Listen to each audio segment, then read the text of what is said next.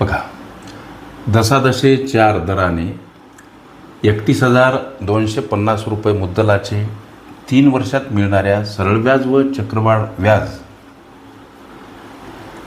यामधील फरक.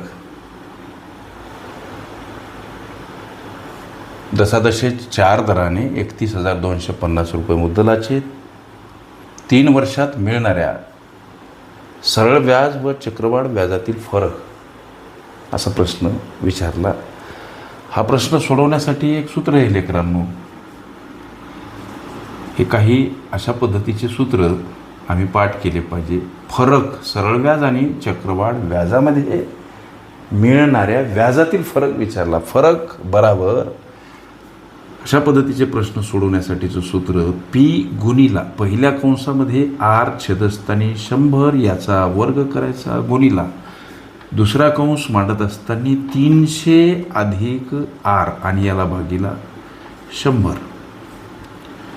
3 वर्षात मिळणाऱ्या हे वर्ग 2 म्हणजे वर्गपद म्हणा किंवा इथं घात 2 म्हणा, हे झालं 2 वर्षाचं आणि हे 1 वर्ष. असं 3 वर्षात मिळणाऱ्या सरळ व्याज आणि चक्रवाढ व्याज यामधील व्याजातील फरक विचारला.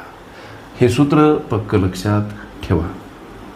जेव्हा 3 वर्षामधील सरळ व्याज आणि चक्रवाढ व्याजामधील फरक विचारला असेल लेकरांनो, हा फरक विचारला. हे पी म्हणजे प्रिन्सिपल अमाऊंट, ज्याला आम्ही मराठीत मुद्दल म्हणतो, ती इथं मांडा 31,250. याच्यासोबत गुणिला व्याजाचा दर आर म्हणजे रेट ऑफ इंटरेस्ट 4 आहे.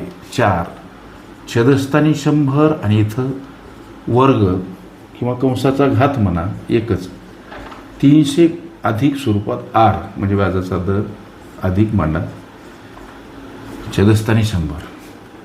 लेकरांनो 31,250 याला संक्षिप्त करा 4 1 4 आणि 4 गुणिला 25 100 वर्ग गुणिला इकडं अंशातील बेरीज 304 छेदस्थानी 100.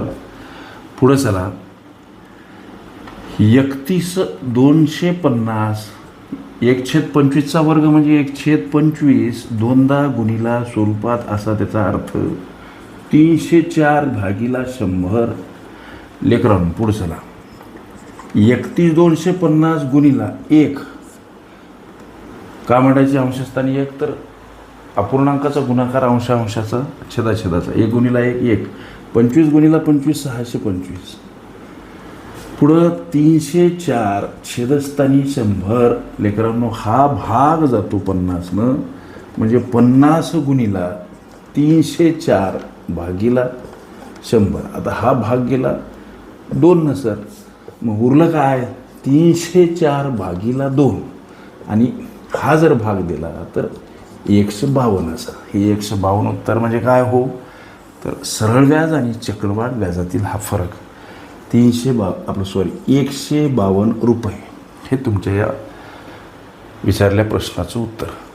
दसादशे 4 दराने 31,250 रुपये मुद्दलाचे 3 वर्षात मिळणाऱ्या सरळ व्याज आणि चक्रवाढ व्याजामधील फरक किती 152 रुपये. हे तुमच्या विचारल्या प्रश्नाचं लेकरांनो उत्तर. ओके. सरळ व्याज चक्रवाढ व्याजातील फरक ही माझी प्लेलिस्ट अवश्य बघा. त्यामध्ये विविध स्पर्धकांनी विविध अंगांनी विचारल्या संभाव्य अशा असंख्य प्रश्नांचा सराव तुम्हाला करता येईल.